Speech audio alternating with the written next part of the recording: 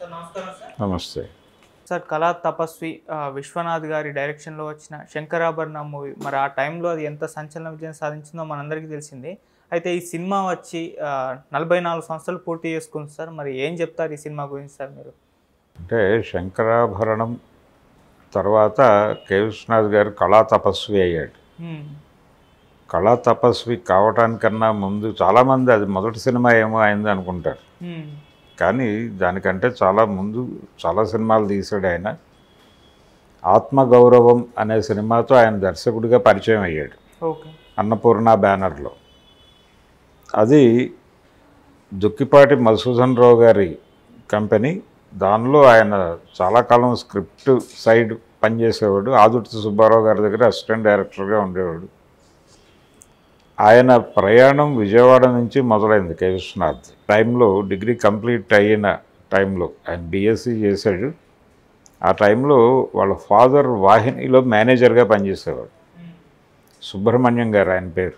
ఆయన వాహినిలో మేనేజర్గా పనిచేస్తున్నటువంటి సమయంలో డిస్ట్రిబ్యూటింగ్ కంపెనీలో చేస్తున్న సమయంలో ఈయన డిగ్రీ కంప్లీట్ అయింది. ఆయన బిఎన్ రెడ్డి గారి దగ్గరికి వెళ్ళి చెప్పాడు, మా అబ్బాయి ఇలా డిగ్రీ కంప్లీట్ అయింది అని. అప్పుడు వాళ్ళు రికార్డింగ్ విభాగం పెడుతున్నారు విజయవాహిని స్టూడియోలో, అప్పటికి వాహిని స్టూడియోని. అందులో ప్రవేశపెట్టమని చెప్పాడు ఆయన. అలా ఈయన రికార్డింగ్ అసిస్టెంట్గా ప్రవేశించాడు వాహిని కాంపౌండ్లోకి. అదే వాహిని కాంపౌండ్ నుంచి మనకి చాలామంది కళాకారులు వచ్చారు. నందమూరి తారక రామారావు గారు కూడా అక్కడి నుంచే వచ్చాడు.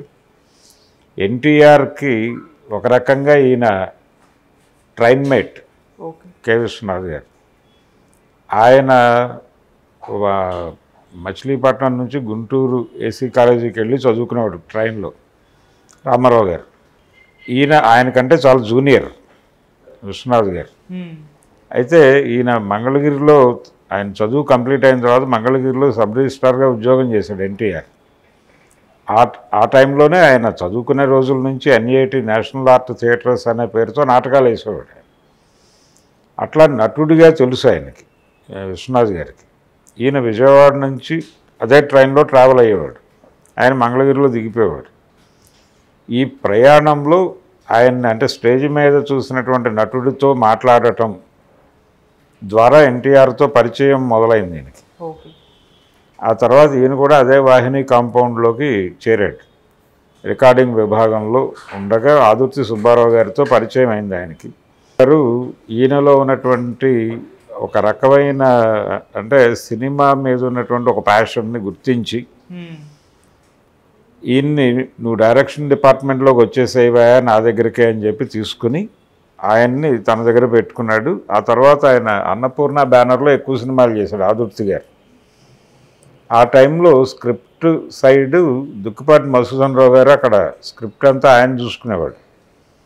స్క్రిప్ట్ ఫైనలైజ్ అయిన తర్వాత ఆదుర్తి గారు ఫైనల్గా చిన్న కరెక్షన్స్ ఏమన్నా ఉంటే చేసుకుని సినిమా సెట్స్ మీద తీసుకెళ్ళేవాడు. ఇది పద్ధతి. అన్నపూర్ణ ప్రారంభమైంది ఆదుర్తి గారి ప్రయాణం. వారి మొదటి సినిమా మధుసూదన్ రావు గారి మొదటి సినిమా దొంగరాముడికి కేవీ రెడ్డి గారు డైరెక్టర్. తోడికోడళ్ళ దగ్గర నుంచి ఆదుర్తే. ఈ పద్ధతిలో ఆయనకి మధుసూదన్ రావు గారు కథ ఆయనే ఫైనలైజ్ చేసుకునేవాడు. ఆయన దగ్గర స్క్రిప్ట్ అసిస్టెంట్గా ఈయన ఉండేవాడు ఆదుర్తి తరపున విశ్వనాథ్ గారు. అలా విశ్వనాథ్ మీద దుక్కిపాటి మధుసూదన్ రావు గారి ప్రభావం ఉంది. ఆయన తీసిన సినిమాల్లో అన్నిట్లోనూ కనిపిస్తుంది, శంకరాభరణంలో కూడా కనిపిస్తుంది ఆ ప్రభావం. అలాగే శాంతారాం అని ఒక జగద్విఖ్యాత దర్శకుడు ఉన్నాడు, నటుడు కూడా.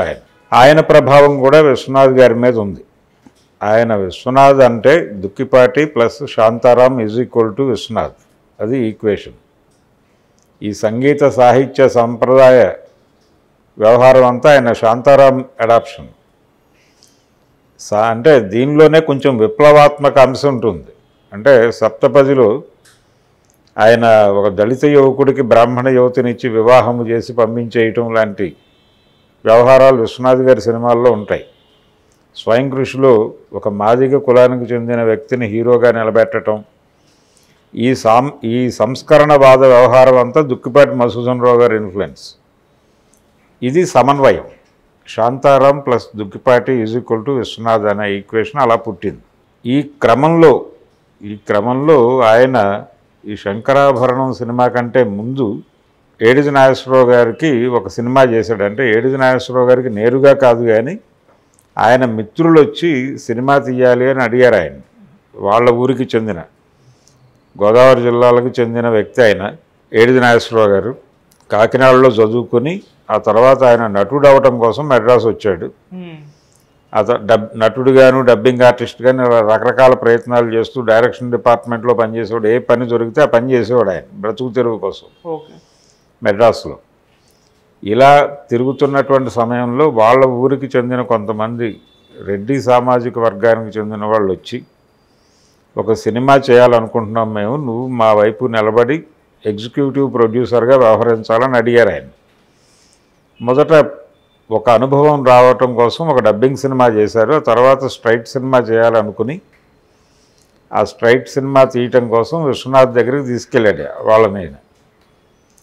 అలా వచ్చిన సినిమానే సిరిసిరిమువ్వ. సిరిసిరిమువ్వలో అంటే సంగీత సాహిత్య ప్రధానం కాదు కానీ నృత్య ప్రధానమైన సినిమా అది. అందులో జయప్రద క్యారెక్టర్ డాన్సర్ ఆ అమ్మాయిని నర్తకిగా నిలబెట్టడం కోసం నిలబడేటువంటి పాత్రలో చంద్రమోహన్ కనిపిస్తాడు. ఆ పాటలు చాలా పెద్ద హిట్ అయినాయి, సినిమా కూడా చాలా పెద్ద విజయం సాధించింది. ఆ సినిమాలో వచ్చిన లాభంలో ఈయన వాటా ఆయనకి ఇచ్చారు. ఎగ్జిక్యూటివ్ ప్రొడ్యూసర్గా పనిచేసినందుకు గాను ఏడిది నాగేశ్వరరావు గారికి వాటా ఇచ్చారు వాళ్ళు.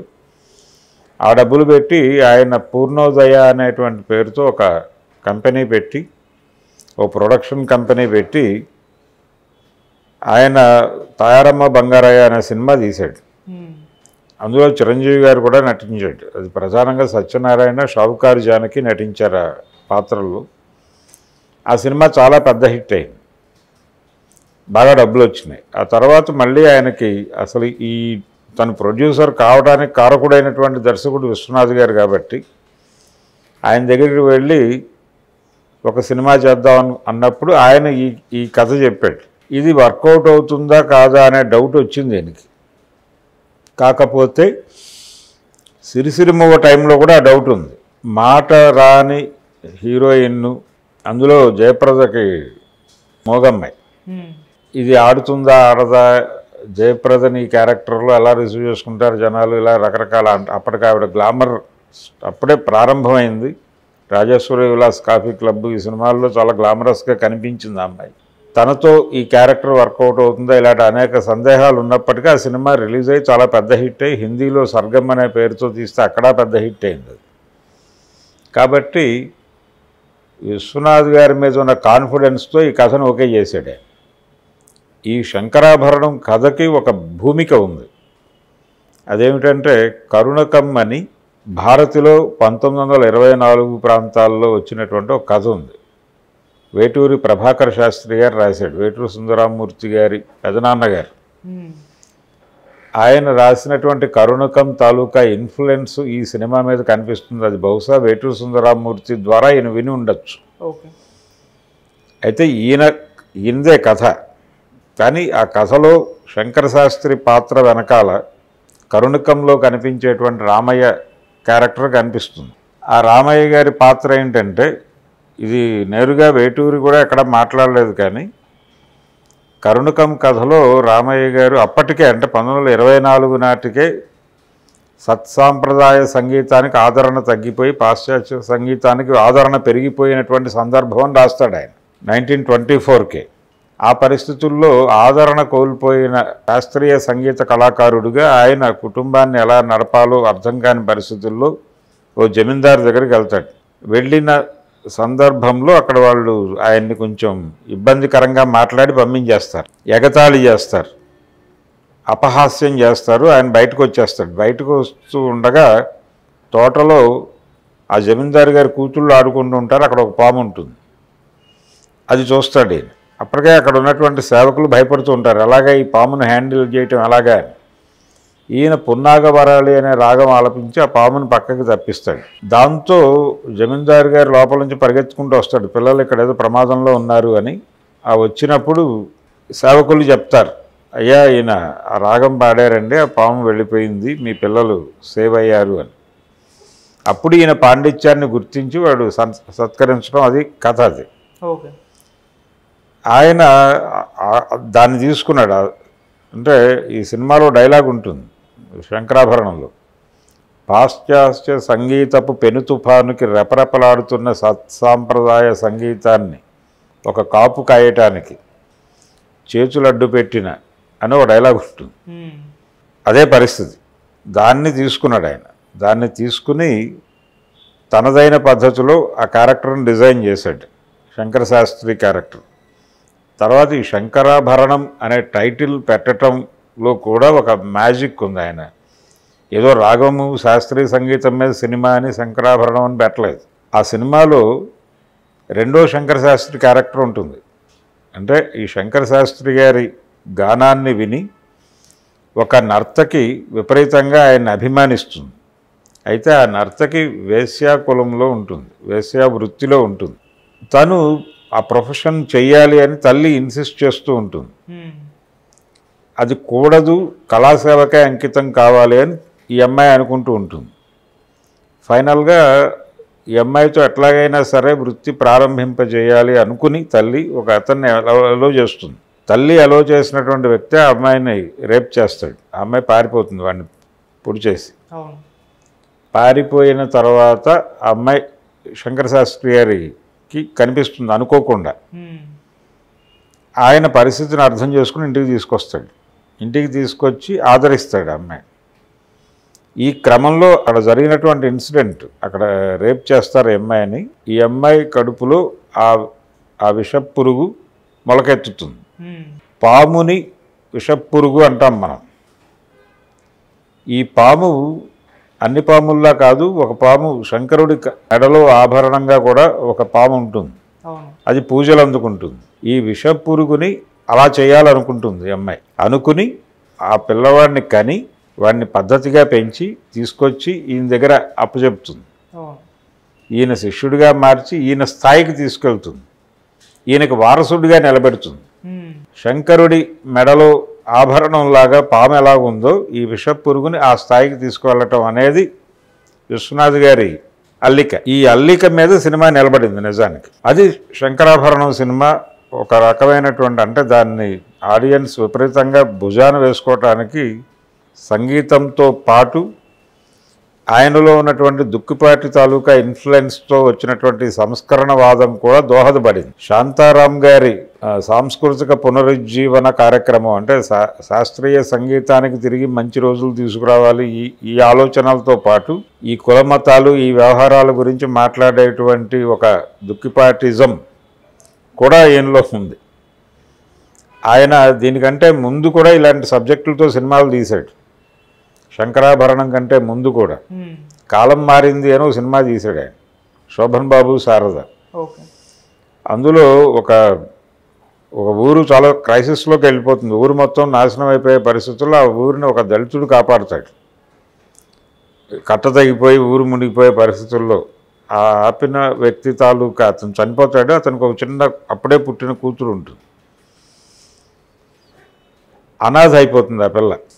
ఎవరు ఆదరించాలి అనే ప్రశ్న వచ్చినప్పుడు ఆ ఊర్లో అగ్రకులానికి చెందినటువంటి ఒక ఆయన భుజాన వేసుకుంటాడు ఆ పిల్లని. వాళ్ళ ఫ్యామిలీ అంగీకరించదు, వాళ్ళ కమ్యూనిటీ అంగీకరించదు, ఆయన వెలేస్తారు. అయినప్పటికీ ఆయన ఆ పిల్ల బాధ్యత భుజాన వేసుకుని పెంచుతాడు. ఆయన కూతురుగానే పెరుగుతుంది ఆ పిల్ల. ఆ తర్వాత కాలేజీకి వెళ్తుంది. ఈ క్రమంలో అక్కడ వీళ్ళ కమ్యూనిటీకి చెందిన ఒక యువకుడు అమ్మాయిని ప్రేమిస్తాడు. ఈ అమ్మాయి వీళ్ళ కులమే అనుకుంటూ ఉంటారు వాళ్ళు. కానీ ఈ చరిత్ర తెలిసిన తర్వాత గందరగోళం అవుతారు. ఏమిటి పరిస్థితి, అమ్మాయిని చేసుకోవాలా వద్దా అని. అలా ఒక కాస్ట్ ఇష్యూని ఆయన పద్ధతిలో డీల్ చేశాడు ఆ సినిమాలో. అలాగే చాలా సినిమాల్లో ఆయన కాస్ట్ దీని మీద తనదైన పద్ధతిలో ఒక డిస్కషన్ ఓపెన్ చేశాడు విశ్వనాథ్. ఇందులో కూడా ఆ ధోరణి ఉంటుంది ఈ సినిమాలో కూడా. ఈ ఆచార వ్యవహారాలు మనుషుల్ని క్రమ పద్ధతిలో నడపటానికి తప్ప కులమతాల పేరు విడదీయటానికి కాదు తులసి అని ఒక డైలాగ్ శంకర శాస్త్రి క్యారెక్టర్తో చెప్పిస్తాడు. ఇది ఆయనలో ఉన్నటువంటి దుక్కిపాటి తాలూకా సంస్కరణవాదం. దాన్ని ఆయన చాలా ఓపెన్గానే చాలా సందర్భాల్లో చెప్పుకున్నాడు. ఇలా వచ్చినటువంటి అంటే శాస్త్రీయ సంగీతానికి పెద్దపీట వేస్తూనే సంస్కరణవాదాన్ని కూడా చేయూతనిస్తూ ఆ సినిమాని తీశాడు ఆయన. శంకరాభరణం రెడీ అయిపోయిన తర్వాత సినిమా అయిపోయింది. దానిలో ఎస్పి బాలసుబ్రహ్మణ్యంతో పాటలు పాడించారు. అది చాలామందికి నచ్చలేదు. ఇప్పటికే దాని మీద విమర్శలు ఉన్నాయి.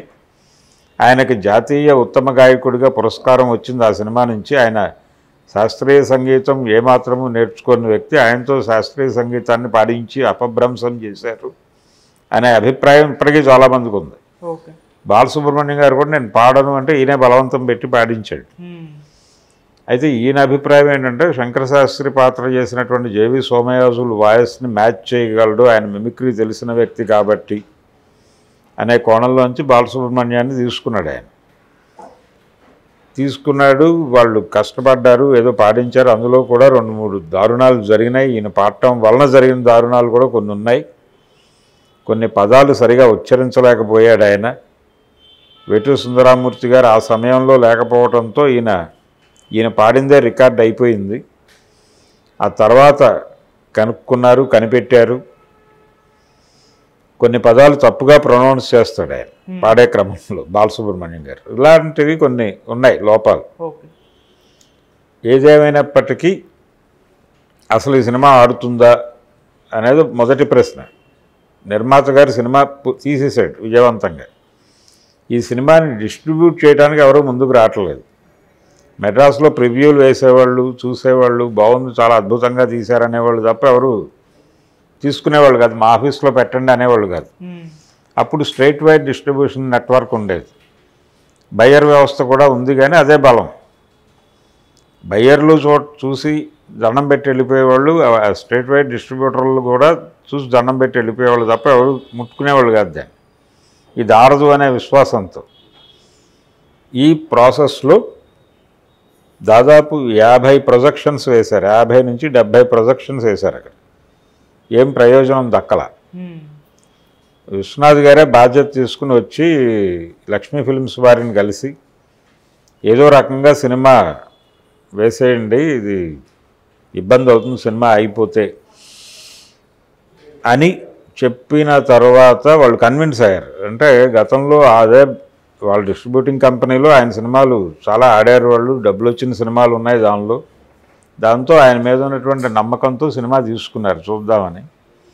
వాళ్ళ ఉద్దేశం ఇది 1 వారం 2 వారాలు ఆడుతుంది, వాళ్ళకు ఒక పెద్ద సినిమా తాలూకా గ్యాప్ ఉంది థియేటర్స్ స్ట్రైట్ వైడ్, ఈ గ్యాప్లో ఈ సినిమా వేసి తీసేస్తే ఒక పని అయిపోతుంది అనుకుని వేశారు.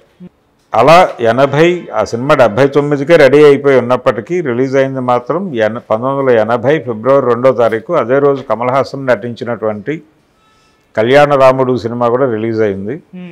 జనాలు మొత్తం అక్కడ ఉన్నారు, ఇక్కడేమో ఖాళీ. శంకరాభరణం థియేటర్ల దగ్గర ఎక్కడ స్ట్రైట్ వైడ్గా ఎక్కడా కూడా జనం లేరు.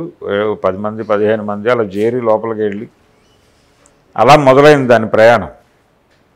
సినిమా నష్టపోతున్నామని ప్రొడ్యూసర్ గారు కూడా అనుకున్నాడు. థియేటర్ల దగ్గర జనం కనిపించబోయేసరికి చాలా సెంటర్లలో ఆయన ఆ సినిమాని వాళ్ళు అడిగిన రేటుకి అమ్మేశాడు కూడా. అలా విజయవాడ అప్సరా థియేటర్లో కూడా అమ్మేశారు. అదే థియేటర్లో 200 రోజులు ఆడింది ఆ సినిమా.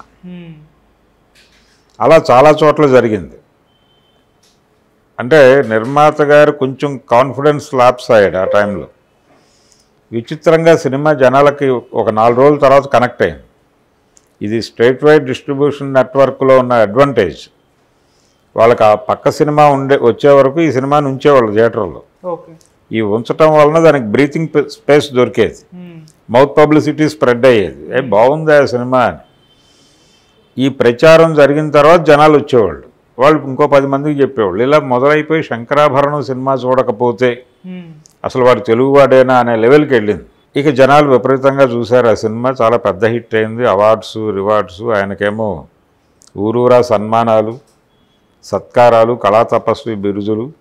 అక్కడి నుంచి సంగీత సాహిత్య సినిమాలకి ఆయన ప్రత్యేక కేటగిరీ అయిపోయింది. జానపద బ్రహ్మాను విఠలాచార్య గారిని జానపద సినిమాలకే చేసినట్టు పౌరాణిక బ్రహ్మాన్ని కమలాకర కామేశ్వరరావు గారిని బ్రాండ్ వేసి పౌరాణికాలు మాత్రమే తీయాలన్నట్టుగా శంకరాభరణం సినిమా తర్వాత విశ్వనాథ్ గారిని సంగీత సాహిత్య ప్రధానమైన చిత్రాలే చేయమని ఒక బ్రాండ్ వేసారు జనాలు. ఇక ఆ ఏరియాలో ఆయన కష్టాలు ఆయన పడ్డాడు. కానీ ఆ సినిమా సక్సెస్ అవటం అనేది, శంకరాభరణం విజయం సాధించటం, సిల్వర్ జూబ్లీ ఆడటం, అది ఇంకొక విచిత్రం ఏంటంటే తమిళనాడు కేరళకు సంబంధించిన హక్కులు చంద్రమోహన్కి రెమ్యూనరేషన్ బదులు ఇస్తానన్నాడు ఆయన. ఓకే, నాకు డబ్బులే ఇవ్వు, నువ్వు ఎగ్గొట్టడానికి ప్లాన్ లేదని చెప్పి డబ్బులు తీసుకున్నాడు అతను. అది మనోరమ గారని తమిళ్ ఆర్టిస్ట్, ఆవిడ తీసుకుంది ఇంకొకళ్ళతో కలిసి, ఇంకొక ఆర్టిస్ట్తో కలిసి తీసుకుంది ఆవిడ. సినిమా విపరీతంగా నచ్చి చాలా తక్కువ ధరకు తీసుకుంది ఆవిడ. ఇతనికి ఆఫర్ చేసినటువంటి 50,000 60,000కే తీసుకుంది ఆవిడ. అది అక్కడ 2 రాష్ట్రాల్లో డబ్బింగ్ చేయకుండా స్ట్రైట్ వెర్షన్ రిలీజ్ చేస్తేనే దాదాపు 2 కోట్ల పైన కలెక్ట్ చేసింది ఆ రోజుల్లో. సో అంటే అప్పటికి 4 ఏళ్ల క్రితం రిలీజ్ అయినటువంటి దానవీర సూరకర్ణ, అడవిరాముడు స్థాయిలో వెళ్ళిపోయింది ఈ సినిమా. ఇది ఒక విచిత్రం. చంద్రమోహన్ గారు చనిపోయే వరకు ఆ విషయంలో బాధపడేవాడు. అవన్నీ నాకు రావాల్సిన డబ్బులు కదా, వాళ్ళకి వెళ్ళిపోయినాయి. ఇలా శంకరాభరణం సినిమా రకరకాలుగా చరిత్ర సృష్టించిన సినిమా. రెండోది, ఆ సినిమా సక్సెస్ తర్వాత అప్పటి సీనియర్ హీరోలు అందరూ కూడా కొంచెం కంగారు పడ్డారు. రామారావు గారు లాంటి వాడు కూడా. రామారావు గారికి చూపించారు ఆ సినిమా మొదటే. ఆయన అడిగితే నాకు టైం లేదు, ఒక 20 నిమిషాలు గ్యాప్ ఉందా, 20 నిమిషాలు చూస్తానని వచ్చాడు థియేటర్కి. వచ్చిన వాడు మొత్తం సినిమా చూశాడు ఇంట్రెస్ట్గా. చూసి బాగుంది సినిమా అని ఆశీర్వదించి వెళ్ళాడు. ఆయన అభిమాని, ప్రొడ్యూసర్ ఏడిది నాగేశ్వరరావు గారు రామారావు గారి అభిమాని. అందుకని ఆయన చూసి అభిప్రాయం చెబితే బాగుంటుంది అనుకుని ఆయన బలవంతంగా తీసుకొచ్చి చూపించారు. ఆయన చూసి బాగుంది అనటం వలన అభిప్రాయం రామారావు గారు వ్యక్తం చేశాడు అనేది లక్ష్మీ ఫిలిమ్స్ వాళ్ళకి కనెక్ట్ అయింది. అట్లా సినిమా రిలీజ్ అయింది. ఆ తర్వాత అదే రామారావు గారు ఆలోచనలో పడ్డాడు, ఈ సినిమా హిట్ అవుతుందని ఆయన అనుకోలేదు. ఇది హిట్ అయిన తర్వాత ప్రేక్షకుల స్థాయి పెరిగిందని గుర్తించాడు ఆయన. ప్రేక్షకుల స్థాయి పెరిగింది కాబట్టి మనం ఇక నుంచి చేసే సినిమాల కథల విషయంలో కొంచెం జాగ్రత్త తీసుకోవాలి అని అనుకుని ఒక ముసలి పాత్ర, ఒక కుర్ర పాత్ర పెట్టి కథల్ని ఎంచుకోవటం అనే ప్రాసెస్ మొదలైంది. కొండవీటి సింహాలు, సర్దార్ పాపారాయుడులు, జస్టిస్ చౌదరులు ఇలాంటి కథలు రావడానికి కారణం ఇదే. శంకరాభరణం విజయంతో పెరిగిన ప్రేక్షకుల స్థాయిని గుర్తించి మన సినిమాల్లో కూడా కేవలం 6 ఫైట్లు, 6 డ్యూయెట్లు అలా ఎన్టీ రామారావు గారు ఆ తర్వాత డ్యూయల్ రోల్ సినిమాలు చేయటం వెనకాల అంటే ఒక కొత్త తరహా పాయింట్ ఉండాలి, ప్రేక్షకుల స్థాయి పెరిగింది అనే విషయాన్ని ఐడెంటిఫై చేశాడు. ఈ మధ్య కూడా కరోనా టైంలో ఓటీటీలకు ఎక్స్పోజ్ అయిన ఆడియన్స్ ఆ తర్వాత వచ్చిన సినిమాలను ఫ్లాప్ చేశారు. అంటే వాళ్ళ స్థాయి పెరిగింది. ఓటీటీల్లో వాళ్ళు ప్రపంచ భాషల సినిమాలన్నీ చూసి వాళ్ళ స్థాయి పెంచేసుకున్నారు.